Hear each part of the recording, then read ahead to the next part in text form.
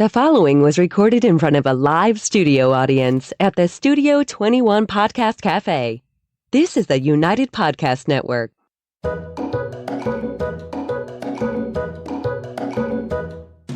Welcome to the Quirky Dog Podcast, inspired by some of the quirkiest dogs you can ever imagine and the owners who love them. This podcast is brought to you by the quirky couple themselves, Scott and Jess Williams. Their aim is to educate and entertain. Here's Scott and Jess. Welcome, guys, and happy Wednesday. Today we're going to talk about itching. How much fun is itching going to be? Oh my gosh, we have been having some itching issues this fall, so we had to bring it up and talk about it on the podcast and give you guys all of our best tips and tricks. But first, we're going to start with the quirky tip of the day. Okay, this is a pretty anti-Jess thing. What, do you got a back scratcher for a tip? Kind of crazy that I even did it. But a cytopoint injection, you guys, it is a shot that is supposed to relieve the symptoms of itching. I did one with Sync. It really helped. I was at my wit's end with her this year. She always kind of has like an environmental fall thing going on, but I just could not get on top of it.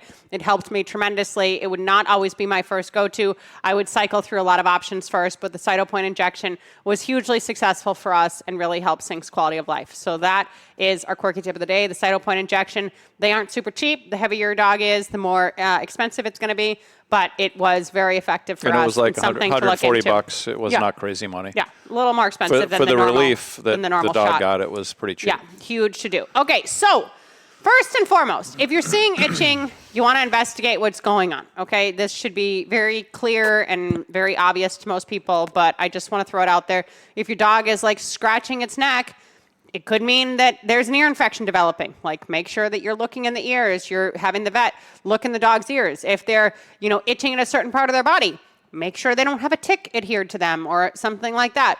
Clearing them for fleas, hugely important. Make sure you have a flea comb. Make sure you don't see little flea dirt, all throughout their skin. You're checking for all these things. Make sure that none of the big, obvious ones aren't jumping out at you.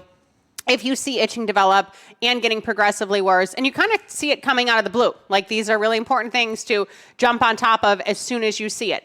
A lot of people are using flea and tick preventative, so they don't really have the issues. We don't typically use on the older dogs the stronger flea and tick preventative, so that's why we're keeping a closer eye. Mm-hmm. Although that being said, we haven't had any flea issues. I mean, we'll definitely pull ticks off the dogs, but. Yeah, but be conscious of these things. Obviously, investigate first. Make sure that there's not something obvious going on. And, scratching can often be like an early ear infection and everything else. The dog's feeling difficulty, that in addition to shaking its head and all of these things. So a lot of ways that itching can come up. Of course, there can be some sort of mites or fleas or something like this that we talked about. You can have environmental itching where something from the environment is triggering the dog. You can have allergies. Allergies, most common, maybe seasonal or deriving from the food or something else. And at the end of the day, yes, it's great to know why the itching started and how to prevent it from happening. But what do you do in the moment when the dog is not comfortable, when things are getting very bleak and it's just becoming an issue and it's not getting better and it's actually getting worse? So this is what we're here today to discuss. Well, sometimes, the scratching makes the area worse than the original issue in the first place. Yeah. And another reason that dogs can get itchy is just either surgical or a small injury that's healing, and all of a sudden it's starting to get itchy because it's feeling better. Just it's like with up. people. And in those contexts, obviously, keep the dog away from the spot. Don't allow them to make a healing wound or something worse by having access to it. Use your cones, use your boots, all of these things. If you're having itching and you're not really sure why, one of our first go-tos is Benadryl. It's pretty easy on the dog system. It's not like a super hard hitter. 25 milligrams of Benadryl per 25 pounds is pretty standard. You can look this up on Google. Not that we're giving medical advice. You can consult your vet about this as well, definitely. But Benadryl is something you can consider some sort of antihistamine. Zyrtec, yes, Scott mentioned Zyrtec. So a lot of people have a lot of success with Zyrtec. I even tried it on Sync this year. I have not used Zyrtec before. I didn't see a lot of great effects with it, but a lot of people with seasonal allergies are hitting their dogs with Zyrtec. Again, make sure your vet is clearing it. They feel good about it. Feel free to try that out. Great way to curb the itching, not let it progress, especially when there's this seasonal component to it. A lot of people like Apoquel. I have Apoquel at home. I didn't end up giving Apoquel. I have mixed reviews of how I feel about that and everything else. Some people are very anti the Apoquel. It is another way that it may relieve the itching. It may help the dog.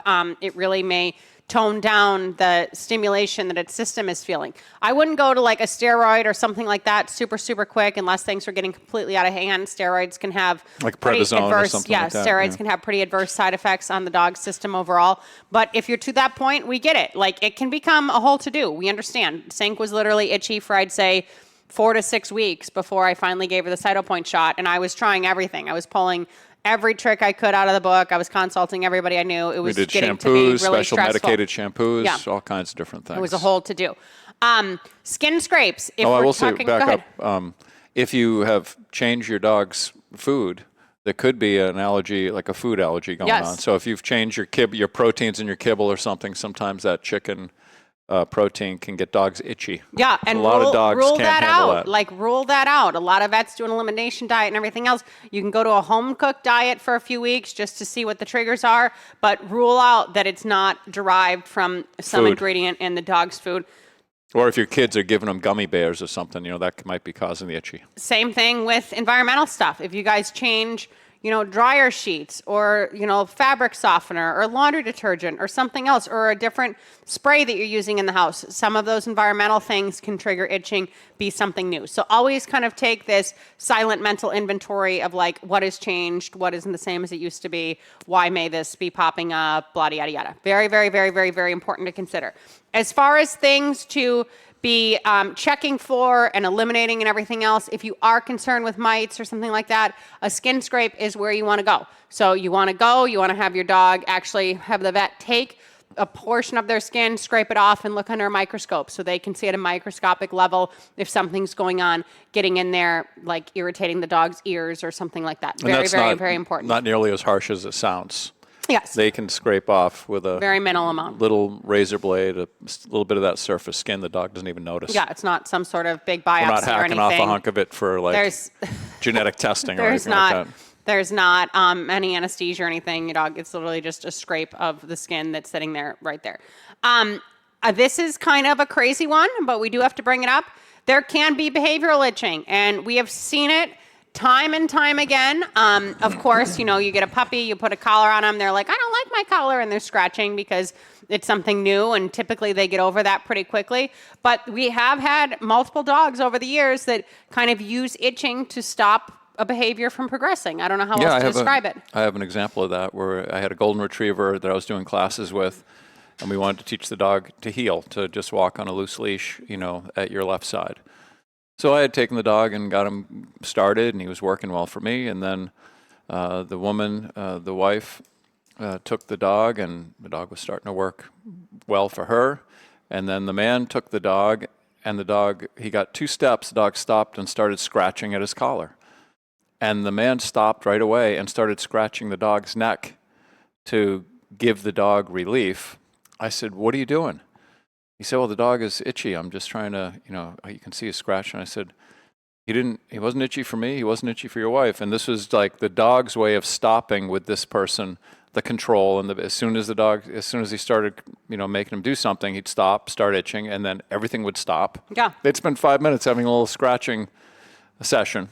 When it's the same equipment and all of a sudden it's coming out of nowhere, you can have a behavioral component to it. Similar, if the dog's sitting there, they're bored, they're on the bed, they scratch, you pay attention to them, that can escalate as well. Like try to have a way to tell your dog, like, no, stop, knock it off, just like licking the paws. It can just kind of be a way to soothe things at first. Want to interrupt that. Yeah. And then it expands to something greater, and now all of a sudden maybe your dog is creating an irritant on them by itching so much, or they're just getting this chain of behaviors where I itch, you intervene, this stops, I get your attention, X, Y, Z. But we have seen it. It obviously isn't how we started this podcast out. I'm not saying that all of your itching or most of your itching out there is behavioral itching, but it can be stemming from a behavioral component, and it's important to know and rule out. Yeah, and with the collars, and the dog itching because of the collar, if you don't interrupt that, a lot of people think the collar is creating an injury on the dog's neck because now the dog's neck is all red, maybe even getting inflamed, and it's from the dog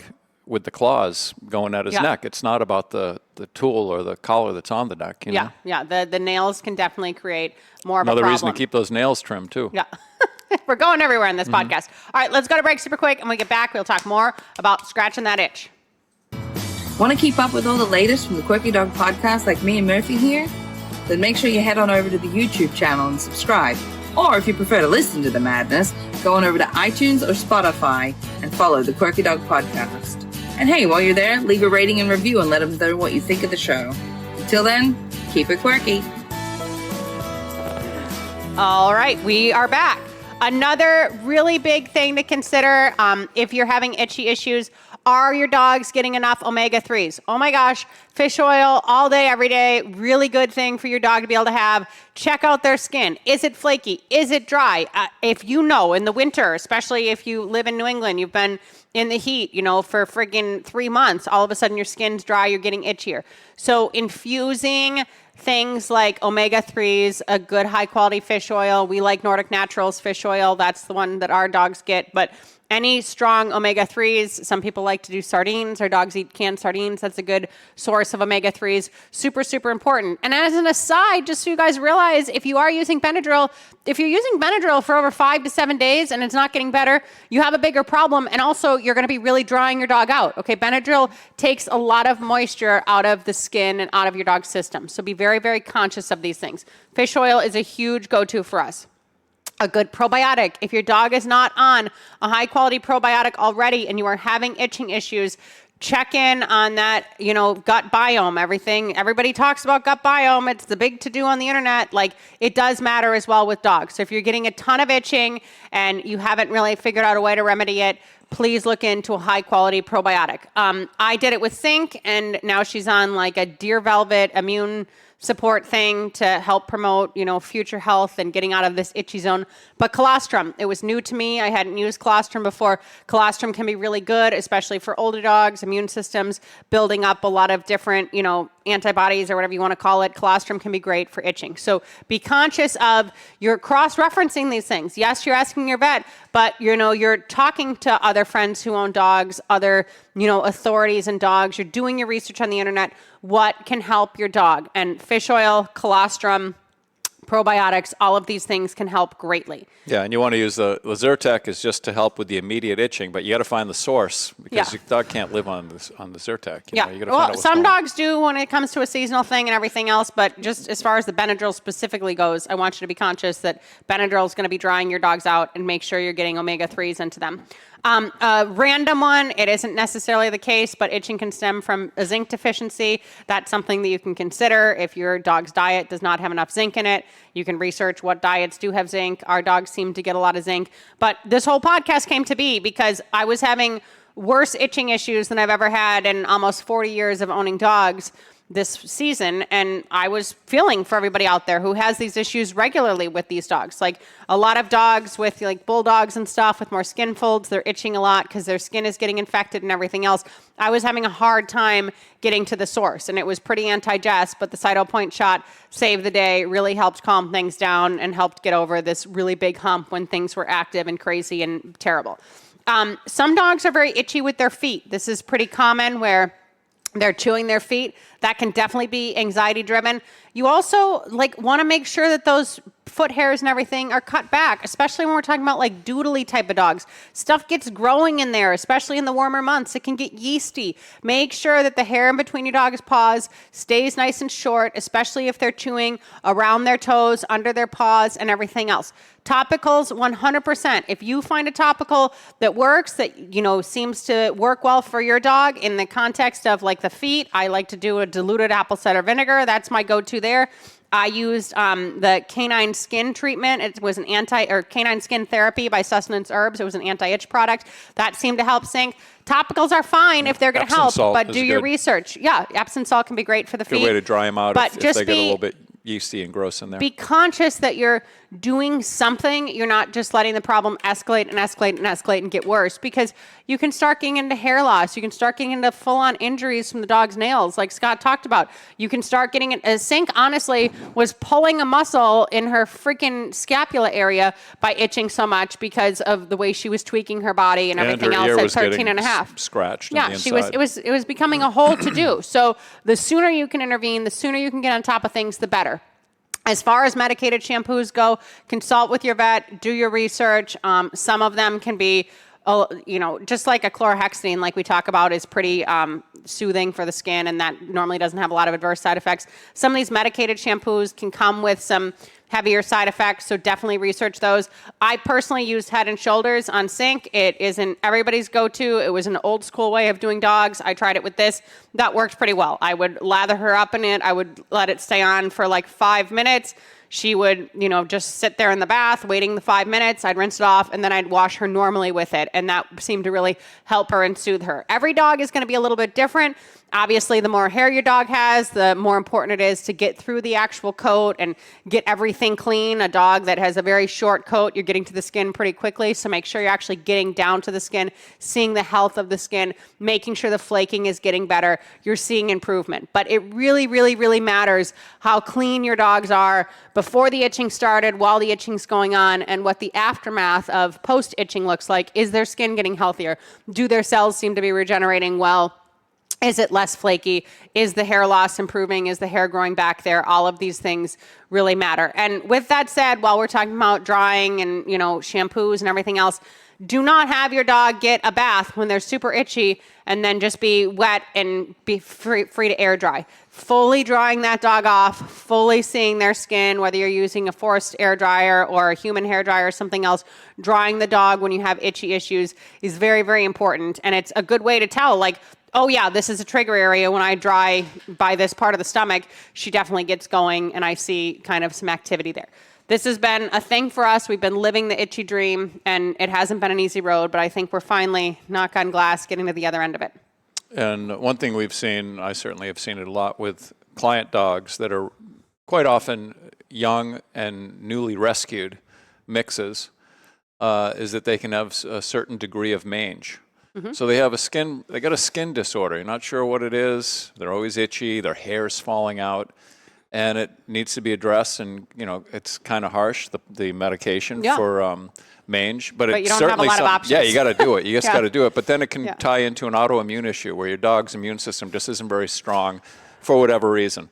So then it gets back to your diet, supplements and whatnot, making that dog stronger, making their immune system stronger to fight off the mange that originally occurred. You need to use medication to get rid of it, but then you don't want it reoccurring because the dog's immune system is just kind of weak, Yeah, no, definitely. And I'm glad that came up, because a lot of this is stemming back to how strong is your dog's immune system. Right now, our dogs are on immune, builders, they're things to build their immune system up, immune system support to prevent this from, reoccurring or anything else. It was just something that the two older dogs had. It obviously isn't a whole house issue, but it was a concern this fall. We did a lot of stuff. Immune systems are super important. If you do not give your dog a multivitamin currently, consider that. Our dogs consistently get bone broth with, turmeric in it or apple cider vinegar in it or something else to build up their immune systems. Immune systems totally matter, and it really can have a huge effect on this itching stuff. So be very conscious of that, because it can be a big pain in the butt. I mean, at first it's just like, oh, that's a little bit annoying. The dog's keeping me up in the middle of the night. But then all of a sudden you're getting the hair loss. You're getting a muscle tweak. You're getting all these freaking problems. The dog's making holes in its skin because it's itching so much. Nobody wants that. And the quicker we can get on top of it, the better. At that point. Don't start with me. And if this is a seasonal thing that you guys are seeing, like it's always popping up in spring, or it's always popping up, right at the end of fall or whatever else, whatever the triggers are for your dog and the environment that it lives in, make sure you're intervening as much as you can on the front end. Don't wait until you start to see symptoms. Be like, okay, it's April. Things normally kick in May. I'm going to get on this right now. I'm going to start doing my immune system support. I'm going to start making sure that I'm doing regular baths, whether it be chlorhexidine or some medicated shampoo or an oatmeal soothing shampoo, whatever you want to do, but get on the front end of it before it turns into this cycle of literal hell. Get a realtor, sell the house, move to a better environment for your dog. Go to Arizona. Yeah. Arizona is good for itching. Anything else I missed with itching that we haven't discussed? I think we beat the hell out of itching. It literally has been our whole fall. I am not normally big on, like, I'm just always like, oh, like everybody just throws their dog on Apoquil. Oh, elimination diets. I was racking my brain. I did probably 15 different things, not even everything mentioned in this podcast for Sync. We're finally to the other side of it. Thank the Lord. But be conscious of itching. Don't let it get out of hand. And consult your vets, consult your professionals, consult your, dog friends who know about these things. All very, very, very important stuff. Thank you guys so much for joining us this week. We appreciate you being here. If you need us in person, our service area goes from Portland, Maine to Manchester, New Hampshire to Boston, Massachusetts. And in the meantime, keep it quirky. Thanks, guys. The views and opinions expressed by the hosts, guests, or callers of this program do not necessarily reflect the opinions of the Studio 21 Podcast Cafe, the United Podcast Network, its partners, or affiliates.